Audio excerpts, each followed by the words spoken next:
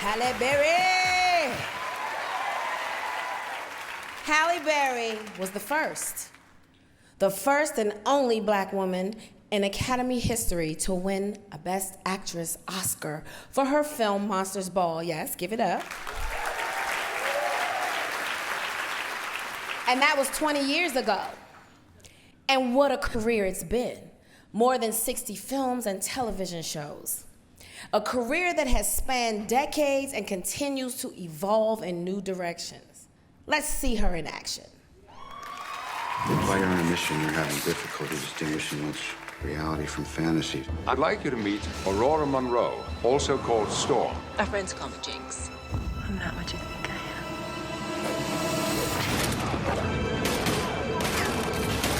am. You shot my dog. I get it. Good evening. I'm Dorothy Dandridge. It's about the fact that you can't love me the way I deserve to be loved. That's what this is about. Look in the mirror. Look at my face. I'm his mother. You find her promiscuous? Whatever do you hope to imply? Swear! Come get out here! Put the money. Smile sweetly and say very well, thank you, and yourself. I just all wish you did. I'm offering you a second chance. You gonna take it? Yeah, I'm gonna take it. You know who that is? You ought to.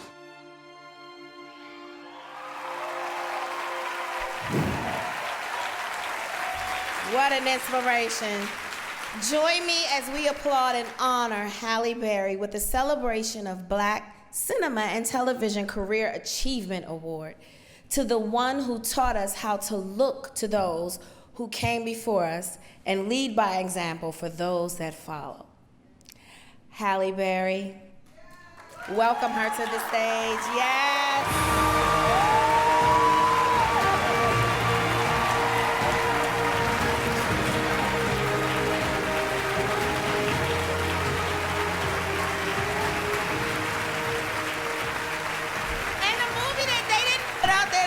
That actually inspired me to come to LA was Strictly Business. Give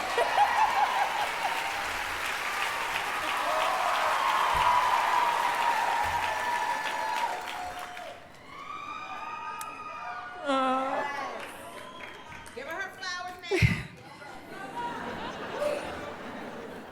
You all know how I do, so get in my feelings, and to be in this room with so many of my peers and so many beautiful people of color just fills me up. And I want to say thank you to the Critics Choice Association for this wonderful honor. You know, when I started 30 years ago, there weren't rooms like this where I could go and feel affirmed and esteemed. I was often alone. I was only one of the few black people in the room, searching to find my value and searching to find my worth. Feel accomplished. It's over 30 years later to be standing here as not only an actor, but now a director.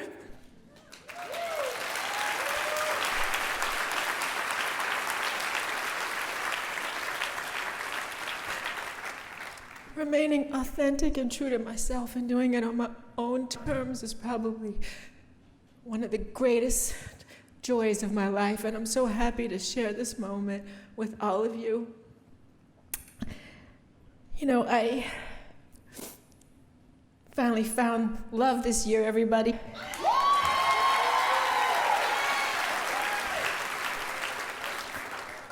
And I know you all have been on this painful journey with me.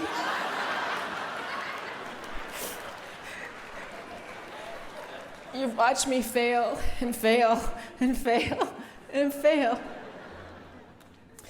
And besides directing my first movie, I also found the love of my life, and I know it's true, and this is how I know it's true. Because you fail so many times, you know what wrong looks like. And because I failed so many times, I now know what it really looks like. And so my partner is here tonight, Van, and you have completed me, supported me, never had that. Somebody just lifted me higher and made me more of myself. And I want to thank the one actor from my film that's here tonight, Shamir Anderson. You know, I've learned from some of the directors that I've worked with that we are only as good as those that we surround ourselves with. And I took great time to cherry pick all of these actors that I got to work with so that we could all rise together. So Shamir, thank you very much for believing in me and in my vision and showing up day after day and just killing it. And the last thing I want to say as I look around in this room to all of you beautiful artists, producers, directors, critics, all of you, friends, Sam Rubin, friends I've known my entire career, I want to say to these women in this room, I know the question that's been asked of me this year is, Halle, how do you feel? It's 20 years. You won that Academy Award, and nobody stands next to you. How does that make you feel? And I want to say, I've been saying it for the past 10 years, I feel heartbroken. I feel heartbroken that nobody stands next to me. But what I also want to say is, we should not covet awards. Awards do not define our worth. Awards do not define our talent. And if nobody ever stands beside me, it doesn't mean that we are not worthy and that we are not doing the work and that we are not excellent. Tessa Thompson, I see you. Ruth, I see you. Jennifer Hudson, I see you.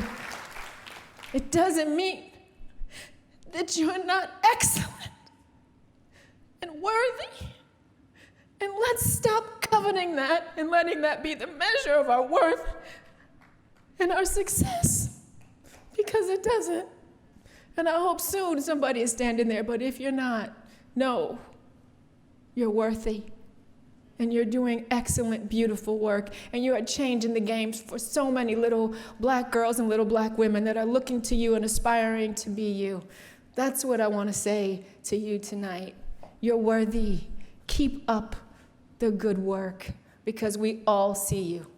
And thank you so very much for honoring me in this way tonight. I never could have imagined that I'd be on the stage directing my first movie. So thank you from my heart. Thank you. Thank you very much.